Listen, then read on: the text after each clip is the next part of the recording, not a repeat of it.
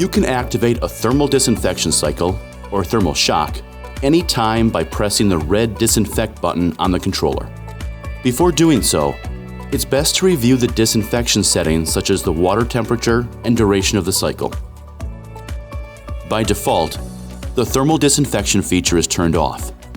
To enable it, slide the thermal shock activation switch on the circuit board. Refer to the instruction manual for directions on how to complete this step. Next, from the home screen, press Menu. Using the down arrow, scroll to Thermal Shock and press Enter.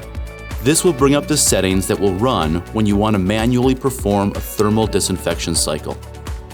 To set the temperature for thermal shock, move the Set SH using the up-down arrows. Press Enter to navigate between settings. Set the duration, TSH, the same way. Next, the countdown indicates when you want the disinfection cycle to start once you push the button on the controller. For example, you may want to delay the cycle until you know when certain fixtures will not be in use. Or, if you want to give yourself the option to cancel before it starts. When you have the settings programmed, you can press Menu to return to the home screen.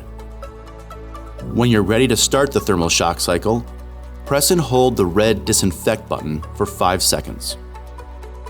The screen will show that the thermal shock is running and the amount of time it will take to complete.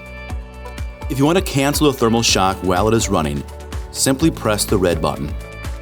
You'll be asked to confirm if you want to annul the thermal shock. Press Enter and the program will stop.